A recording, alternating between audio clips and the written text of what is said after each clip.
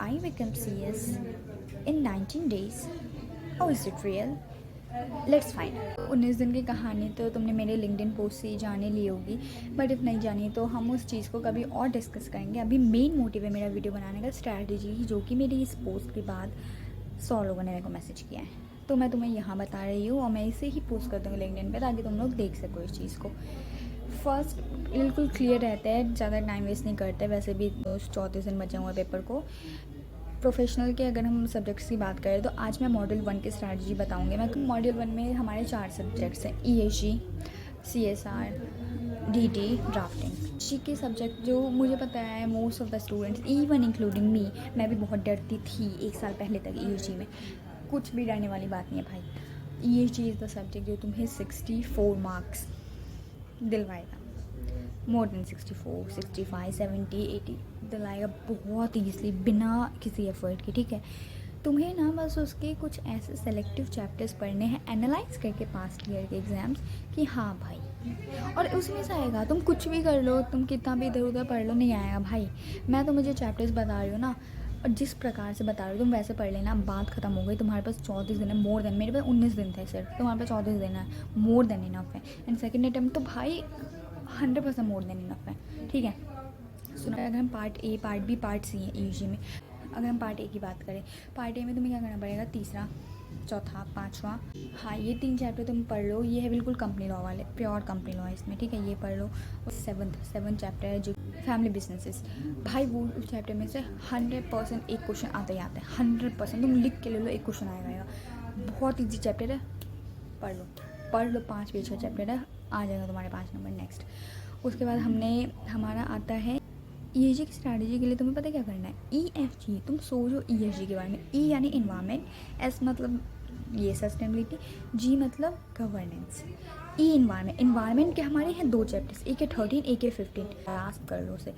ठीक है, अब बहुत है, मुश्किल है, तो मैं जिसके थ्रू मैंने पढ़ा था, मयूर सर का है, खैर वो 13 चैप्टर मयूर सर ने रिवीजन ले रखा है यूट्यूब पे, पढ़ लेना भाई, बहुत हेल्पफुल होगी, बहुत जल्दी भी हो जाएगा और पूरा कंप्लीट हो जाएगा। 15 चैप्टर नहीं लिया उन्होंने इतना अच्छे से, तो वो तुम्हें खुद पढ़ना पड़ेगा, लेकिन पढ़ लेना, ऐसा कुछ मुश्किल नहीं है।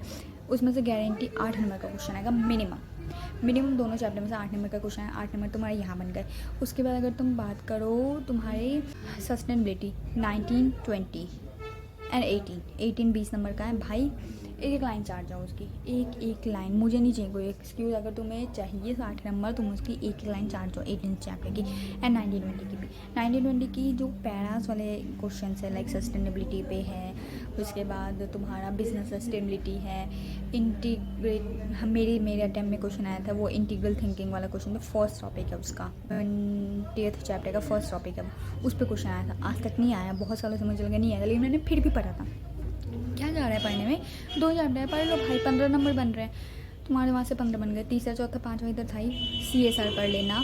CSR पढ़ने के बाद एक तुम 9 चैप्टर पढ़ लेना, बस मत पढ़ो। 11 चैप्टर तो भाई मत छूना। 2 बार से मैं पागल हो रही थी भाई, नहीं हुआ, कुछ भी फर्क नहीं पड़ता उससे, मत छूना 11 चैप्टर, लेकिन इतना पढ़ लो। क्या क्या बोला मैंने, 3, 4, 5, 9, 13, 15 CSR यानी 14th चैप्टर। सेकंड पढ़ना पढ़ लेना, वैसे इतनी ज़रूरत नहीं है। बाकी 18, 19, 20 चार्ट जाओ उनको। तो तुमने इतना कर लिया भाई, 60 नंबर से कम तो तुम्हारे आने नहीं है उसमें, कुछ भी कर लिया है।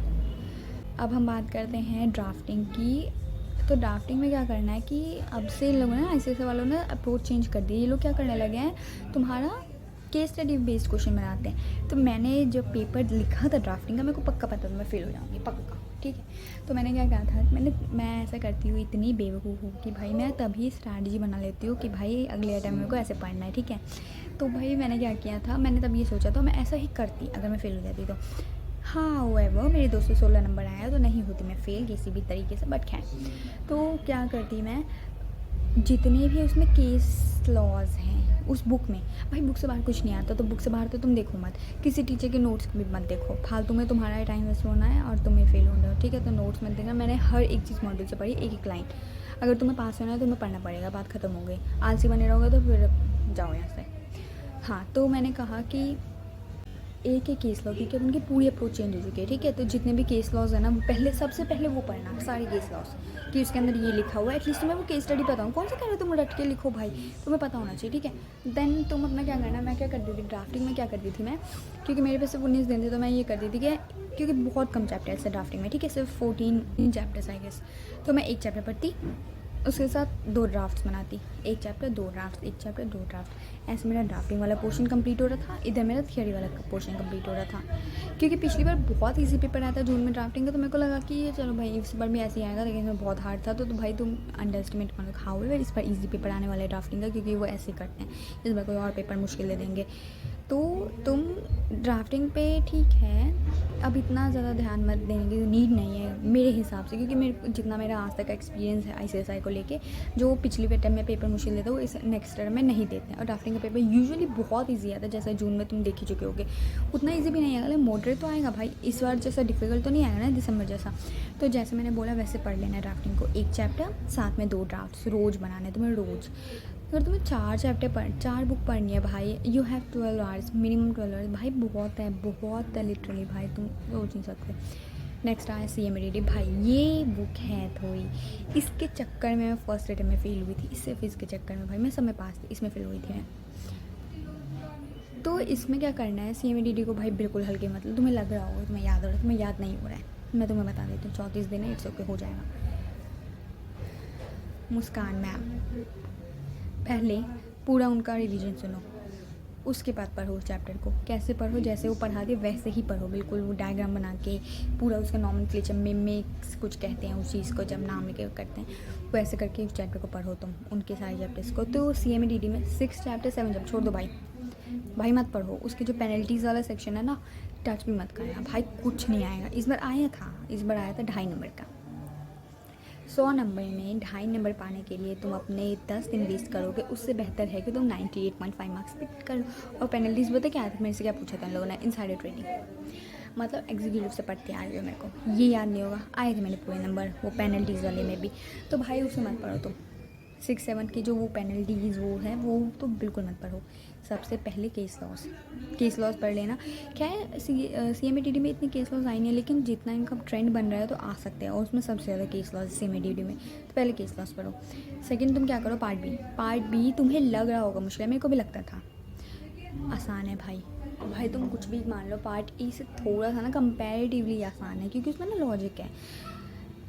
मेरी किस्मत अच्छी है आई गेस कि भाई उसमें इंटरनल ऑडिट का एक चैप्टर है, उसमें से कभी क्वेश्चंस आते नहीं थे, पिछले 5 डेज में नहीं आए थे, मैं पूरा एनालाइज करके जाती हूँ, इस बार आ गए थे। हाउएवर मैंने एक चीज़ पढ़ी हुई थी, तो 3 क्वेश्चन आए थे, मैंने तीनों कर दिए थे। I got 61 marks in CMADD। सो पहले पार्ट बी में मैं बता देती हूँ कौन सा, सारे ऑडिट वाले चैप्टर कर लो, CSS पढ़ लो, ऑडिट वाले चैप्टर कर, CSS अलग से पढ़ना, क्यों ना उसी में वो इंक्लूडेड है, तो हो जाएगा तुम्हारा अलग। फिर सारे चैप्टर्स कर लो, इतना पढ़ लो ना, सारा ऑडिट वाला सारा चैप्टर, सैक ऑडिट, फिर इंटरनल ऑडिट, इतना बस 5 चैप्टर। फिर आ जाना पार्ट 1 पे। पार्ट ए में पहला चैप्टर ना थोड़ा हार्ड है, मेरे को तो अच्छा नहीं लगता है, तुम्हें लगता हो। सेकंड चैप्टर पढ़ लेना, बहुत इंपॉर्टेंट है भाई, 2 क्वेश्चन हमेशा आते हैं उसमें से। 5th चैप्टर की वो केस स्टडी वाला पार्ट पढ़ लेना। हाँ, इस बार नहीं आया था, लेकिन नेक्स्ट बार यानी कि जून में आने वाला है, मेरे को 100% भरोसा है उस पर। सिर्फ केस स्टडी पढ़ के जाना, वो एथिकल डायलेमा फालतू चीज़ मत पढ़ना, आएगा भी नहीं, ठीक है, और आएगा भी तो नहीं कर पाओगे, आएगा तो ऑप्शनल में आएगा, तो रहने देना।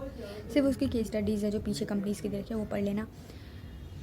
4th चैप्टर CS का मिसकंडक्ट बहुत इंपॉर्टेंट है, वो बहुत उससे ना तुम कहानी की तरह पढ़ोगे तो तुम्हें हो जाएगा, ऐसा भी कुछ मुश्किल नहीं है, एग्जीक्यूटिव में ही पढ़ाई था।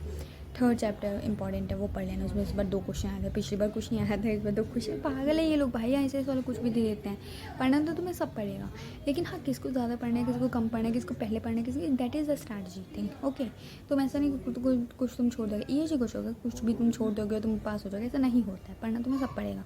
मैंने सब पढ़ा था तभी मेरे 60 नंबर आए, ऐवी नहीं आते हैं 60 नंबर, तो तुम्हें करना पड़ेगा। उसमें क्या करना पड़ेगा, पहले ऑडिट, पहले सारी केस लॉस, देन ऑडिट के बाद तुम्हें उसमें वो पार्ट ए पे आके दूसरा तीसरा चौथा 5वें के वो लास्ट के केस स्टडी, बस पहला 6ठा 7वां भी छोड़ दो। दोबारा आ जाओ तुम इधर, PA रिव्यू और and chapter number 7 due diligence. भाई ड्यू डिलीजेंस जैसे मैंने EHG में ESG वैसे CMADD है, गारंटी उसमें 10 नंबर का हमेशा क्वेश्चन आता है, लिख के ले लो, आएगा। तो ड्यू डिलिजेंस तो चार्ज जाओ भाई। मुस्कान मैडम के रिवीजन से पढ़ोगे बहुत ईजी जाएगा, तुम पढ़ लेना उससे। ड्यू डिलिजेंस पढ़ने के बाद उसके बाद बस उसके बाद कुछ बचा ही नहीं है। मन करे मन नहीं, पढ़ना तो पड़ेगा तुम्हें। चैप्टर्स को ओवरव्यू की तरह पढ़ लेना। 6-7 बिल्कुल एग्जीक्यूटिव है वही, तो वो तो जल्दी हो जाएगा तुम्हारा बहुत। दैट्स इट, इतने में तुम्हारा ख़त्म हो जाएगा ये चैप्टर। CMADD का बात ख़त्म हो गई। बात रह गई अब CSR की। देखो CSR 19 दिन थे मेरे पास, मैंने भी नहीं पढ़ा था। मैं सच बताऊँ, मैंने सच में नहीं पढ़ा था भाई। मैं रोज़ सोचती मैं पढ़ूँगी, लेकिन मैं ना जब पढ़ती हूँ मैं पूरा डीप में घुस जाती हूँ भाई चीज़ के। मेरे को 3 घंटे लगते हैं, चाहे मैंने कल ही पढ़ा हो उस चीज़ को, मैं अगले दिन भी 3 घंटे में पढ़ूँगी। हाँ ठीक है, 2 घंटे। तो CSR मैंने नहीं पढ़ा था, बट मत लेना हल्के में भाई। जो मेरी हालत हुई थी ना पेपर में, मैं ही सोच, मेरे को तो एक ड्राफ्टिंग का पेपर दे के, एक CSR का पेपर दे के मेरे को लग गया था कि भाई मेरे को दोबारा बैठना पड़ेगा जून में। किस्मत से नहीं बैठी मैं। हाँ ठीक है, 216 आए थे, बट कोई किस्मत से नहीं बैठी मैं। तो CSR में तुम्हें क्या करना है भाई, जैसा तुम्हारी टीचर्स ने बोला है, क्योंकि CSR मैंने जिस भी घटिया टीचर से क्लास ली थी भाई, उसने कुछ नहीं बताया था। गवार हर एक सब्जेक्ट पढ़ाता है वो टीचर, लिटरली। कैसे, आई डोंट नो। उसकी कहानी अगले वीडियो में बताऊँ मैं तुम्हें। सब कुछ एक वीडियो में रिवील नहीं कर सकती, क्या छोड़ो उसे। तुम क्या करना CSR में भाई, क्योंकि जैसा पेपर देखा था ना मैंने भाई, उन लोगों ने एक लाइन लिख दी थी, पूछा था व्हाट इज़ दैट। मेरा दिमाग ख़राब हो गया।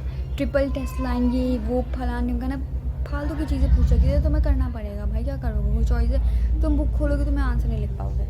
ऐसा हुआ था मेरे साथ। तो CSR को प्लीज़ थोड़ा सा सीरियसली ले लेना, ताकि उसमें तुम्हारे अगर 55+ भी आ जाए ना, तो तुम्हारा पूरा ग्रुप आराम से निकल सकता है। ठीक है, EAG और CSR को लेकर चलना। मैंने EAG और CMADD का मेन बनाया था, क्योंकि ड्राफ्टिंग में थोड़ा कम पढ़ी थी और CSR में पढ़ी नहीं थी, शायद इसीलिए मेरे नंबर भी वैसे ही आए थे।